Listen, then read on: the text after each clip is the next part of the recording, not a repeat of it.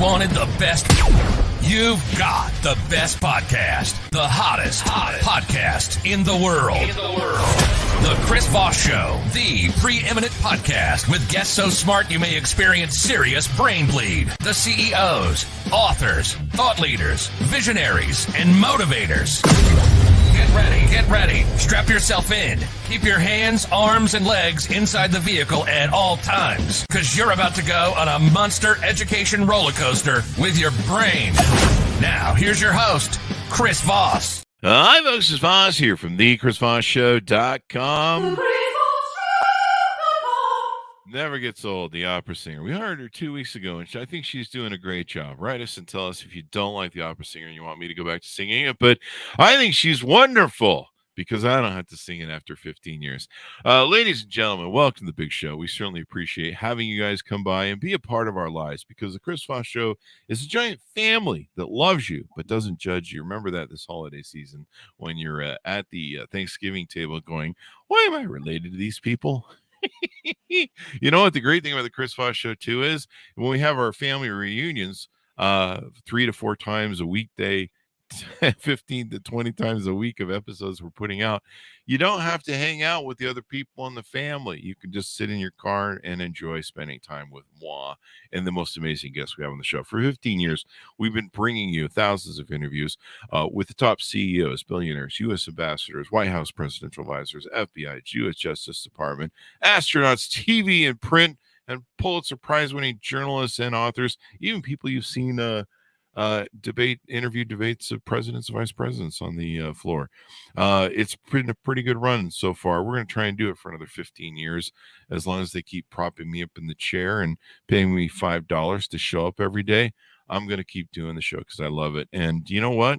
You learn so much, because when you learn from all the wonderful people on the Chris Voss Show, you get what they call the Chris Voss Show glow.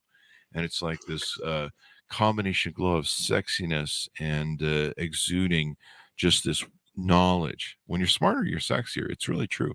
Trust me, you can Google it, because you should trust everything on the internet as well. But we bring on only people you can trust and the most wonderful guests. And today we have one as well. And it's going to be a fun show too, because I love his name and title. And if you watch the YouTube video, he has a most epic beard, as it's stated in science. Justin Bushko joins us on the show today. He is known as the MedTechMan. And for those of you who are hippies in California, it's not what you think. He is a source for medical technology innovation. So we'll get into that, what it's about, and we're going to learn some stuff today about the meds. He has a passion for pushing the boundaries of healthcare solutions, and him and his team are dedicated to sharing their expertise and insights.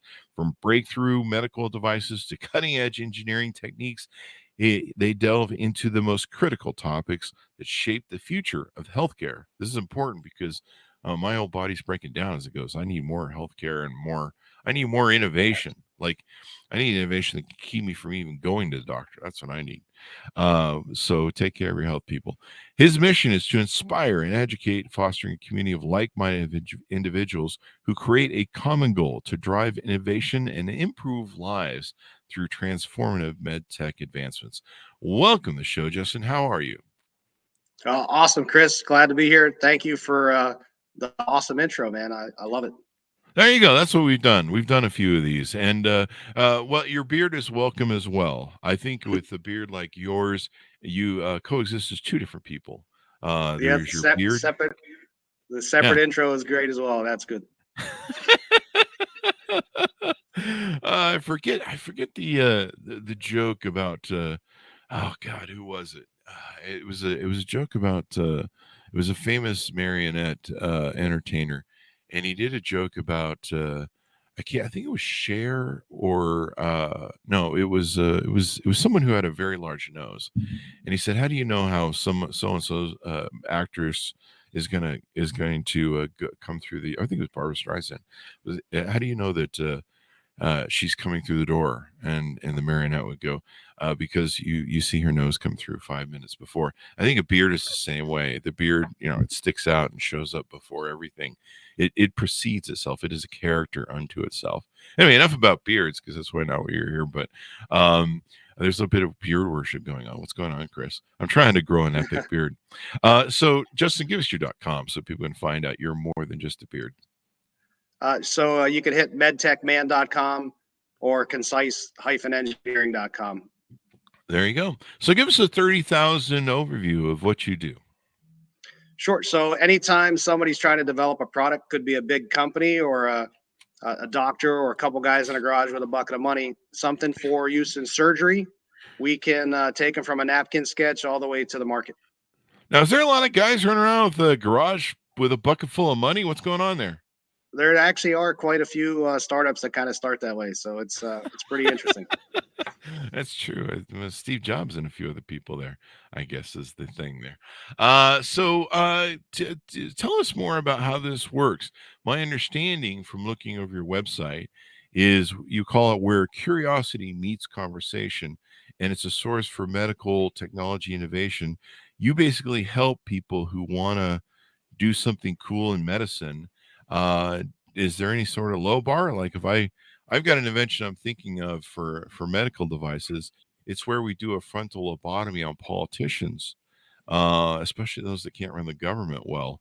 But instead of going the usual way through the nose or the front of the face, we actually go through the behind, if you will. Yeah. So a rectal, I could see a rectal lobotomy. We could definitely assist with that. We worked in that space, right? And endoscopic devices. Power tools even. Yep. Yeah, power tools. I mean, it's right now we're probably just going to use one of those drills that has the long drill bit on it that goes about where you just keep spinning the thing. Yep. Old manual ones, because it'll be more fun. And we're going to make it a public, not an execution thing. Jesus, I'm going to have the FBI show up. We're going to make it a public. We're going to do it publicly so that people can share in the joy. It can be crowdfunded. It could be, yeah. I think we could raise money for this. Can we make this a political PAC? Probably. So moving on. I sound like some sort of January 6th craziness. Don't do that, people. What sort of people come to you? Do you help? What are they trying to do, and what are they up to? So we've done projects in many different spaces, but it's in general, somebody says, I've got this idea. It's going to make things easier for the doctor or better for the patient. It's going to be faster and maybe cheaper for insurance. So let's see what we can do to get this thing locked down. I need a quick prototype, and I need to show it to some investors to move the next step. Now, the name of your company is called ConciseEngineering.com. So do you guys help with the engineering process, the hardware, the software? How does it work? Absolutely. Mm-hmm. So typically when you're first starting out, you've got to do some pretty pictures to make it look good. So that's typically called industrial design. So we can do that aspect. We can do the mechanical engineering, electrical, firmware, software, mobile app, cloud-based technology, and then all the QMS and regulatory stuff related to that as well. So we can help you stand up a business from scratch, figure out how you're going to get through the FDA, and then do all the design work for you. Wow. I mean, I imagine it's highly regulatory, all the stuff you have to do and go through. But yeah, just prototyping it and trying to deal with the expense of it all is probably quite a load up. But I imagine there's plenty of space for innovation. We have the largest population of people in America that are going into their old age, and they're kind of a population that's gotten used to, hey man, don't we have some innovations on this? Why are we still healing wounds by using voodoo and shit? Why? Absolutely. Where's the new stuff? Yeah, as you mentioned, that basically baby boomers are pushing into that realm where more and more surgeries are needed because they're able to move around, be a lot more active than they were in the past, and so we want to keep them all as fit and healthy as possible. And there's always going to be room for innovation in different aspects of healthcare, and there's going to be more volume. So we need to get things done faster with those procedures that are happening. Faster, better now. Like I say, I love telemedicine. So if I can just get like surgeries through telemedicine, that'd be fucking great. If you can see if you can get that worked out for me. But it's it's pretty amazing the way the speed of everything's going. Even telemedicine, I think is great. But so what got you into this? How long you been doing this business? And then what got you into this? What was your life journey that made you interested in this? Because I'm always interested in people's stories and how they got there. Sure. So I've been running this business for over 8 years. I've been in med tech for over 20. Mhm. But basically, at an early age, I was one of those guys that likes to tear things apart, try to figure out how they work. So I still I attribute a lot of stuff to stompers. I don't know if you remember those things back in the day. Double A battery, flip it on. It's like a car that drives itself. And Oh, I tear those things apart, play with the electric motors, play with the gears, and then build new stuff out of it. So that's always been my passion to understand how things work and fix problems. there you go. The Stomper toy. I'm looking at it. Yeah. Uh, people like you guys are the ones who really build our world. Engineering degrees. We need more people coming out of school with engineering degrees. I guess, we spend more time people coming from other countries to get engineering degrees in our country and then leaving. We need to get them to stay here more. It's a real brain Yeah. bleed because we don't put out engineers. One of the things that made this country great was all the engineers we had in the 50s and 40s and stuff, et cetera, building stuff like Hoover Dam and, just crazy, the San Francisco Bridge. Takes engineers to do that. It's not YouTube stars and TikTok influencers, people that build those things. They actually had really smart people that do it. And I've always looked at stuff from an engineering angle where you look at stuff and you just go, wow, somebody did like math on that. And we now we know who the algebra is for. Yeah. When I went to college. So God bless people. I took apart my dad's watch, and we thought and we were going to put it back together. Me and my brother. I'll never figuring out my dad's my dad's favorite watch. We took it apart, and we were pretty sure, because there was two of us as a witness, that we would know how to put it back together. And of course, we didn't. And then we severely underestimated how angry he was going to be about the whole thing. Really not sure if he ever forgave me over the rest of his course of his life, and maybe he shouldn't have. But God bless the people like you who can put the watch back together and figure out how it works. We just I don't know. We just took our beating and said, well, And moved on. Yeah. we'll take something else apart next time, the TV or something. It's always bad taking a watch apart too, because you never know when that one little spring is going to go flying, and that's it. You're never going to find it again. That's probably what happened to us. That or I think there was a screw or a spring, and we're just like, there's a lot of screws here. We don't need that. That'll be fine. I have that now when I put together computers or when I do stuff. You're building stuff from what's that one place where you build the furniture from? You have to build the furniture all the time. IKEA. Yes. Yeah. There was That's one kind of how IKEA is. You're like, there's a whole bag of screws, honey, left over and bolts. I hope this thing's gonna hold up. So there you go. So if I'm out there in the listening audience and I'm thinking, I've got an idea for maybe some really cool technology stuff. At what point does it need to be, um, you know, uh, laced up or presented right or put together right before they come to you? Do they need to have their patents in place? Do they need to have some money? Money is always good, but I'm always open to have a conversation wherever they are in the process. So we can do what's Mm, called an NDA, which could be mhm, before their patents. We basically promise we're not going to do anything in that space, mhm, and make sure that we're not going to disclose their information. And then we can mhm. have a candid discussion and figure out where they are, what they're trying to do. Do you have any contacts for money? Can you help people get funded, or is that not your purview? I would say that's not where we're experts, but my network is growing pretty rapidly, and so we have folks Mhm. in that area, and we are continuing to add different contacts and network connections in that area to help people in the future. Awesome. This is really great. Is there a lot of people in this space for helping people engineer? I mean, imagine it's pretty special because you're doing engineering and it's very complex work with regulations and stuff. It's definitely a specialized niche, but there are a lot of folks playing in this arena. Hmm. It's amazing how big the market is too. So if you look today, it's about the med tech space is about a $500 billion market, but it's projected to be about 800 billion by 2030. So we're growing at a pretty rapid pace. Mhm. So a lot of money being spent on new products, a lot of money being spent on existing stuff and keeping things moving and new factories and stuff like that. And I'm looking over some of the portfolio you guys have on your website. This is pretty wild. You've got surgical hand pieces, negative pressure wound therapy. That's kind of interesting. Dental appliances. There's a sports medicine device that looks like it's a drill. So there's that. Yeah. I'm not going to ask what that's for. Yeah. It looks a little OnlyFans. Bionic pancreas. Is that really a bionic pancreas? Yeah, so that's basically a high-end insulin pump that does insulin and glucagon, and it has the capability of basically regulating blood sugar Huh. without much input from the user at all on its own. Holy crap-a-moly. That's that. I know I have some friends that are diabetic with a dead pancreas, and they need stuff like that. That's amazing. Does that go in someone's body? It looks kind of large. Maybe it goes on the outside. It's still an external pump, so you carry it Uh-huh. like in your pocket or on your belt loop. Oh, really? And that the second generation of that product was actually just put on the market within the last 6 months. There you go. People come up to you and go, "Hey, is that your bionic pancreas, or are you just happy to see me?"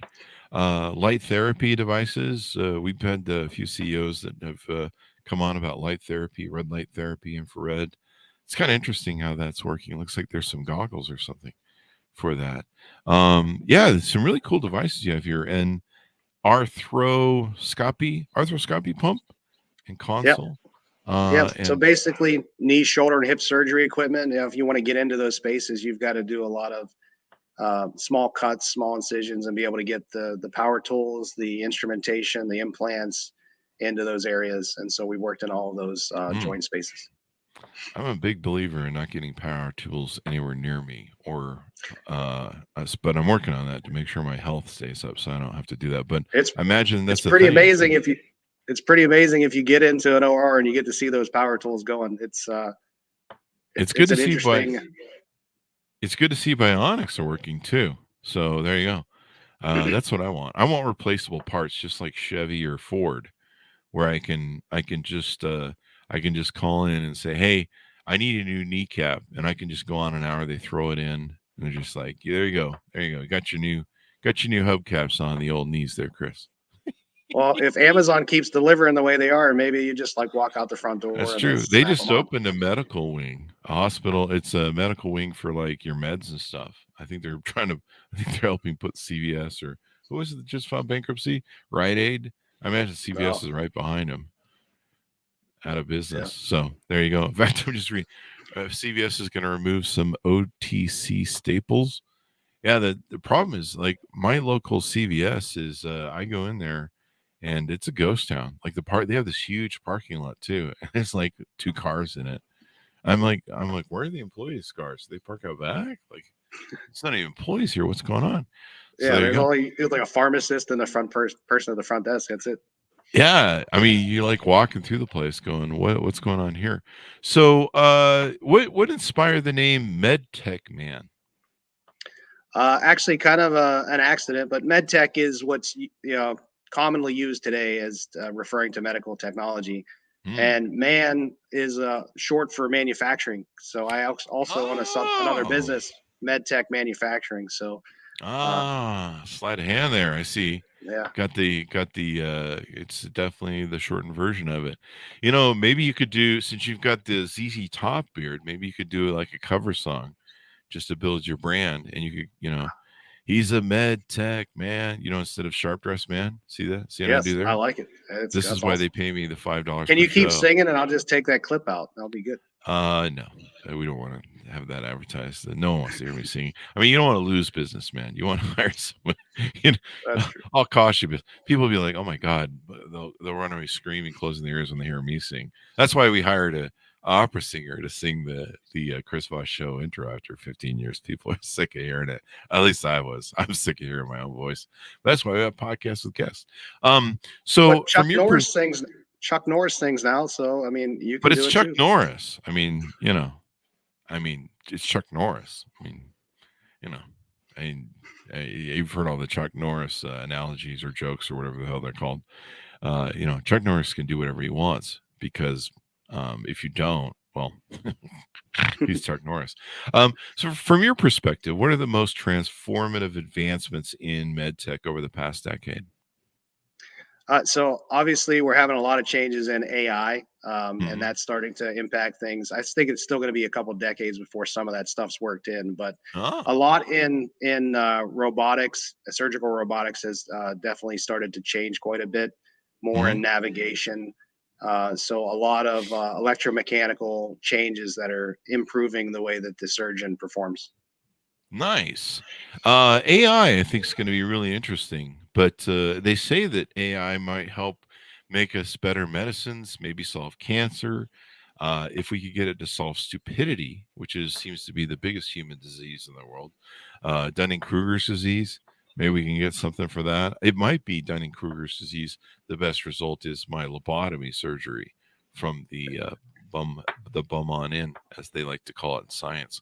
That would be ideal. But yeah, AI doing its little mixture until it figures out that how do we make humans healthier and get them to eat right? Well, we just wipe them off the planet with the nuclear war, and that'll fix all the humans' problems and all the humans, and they'll be better people. I've often said, if you want more peace, kill all the humans.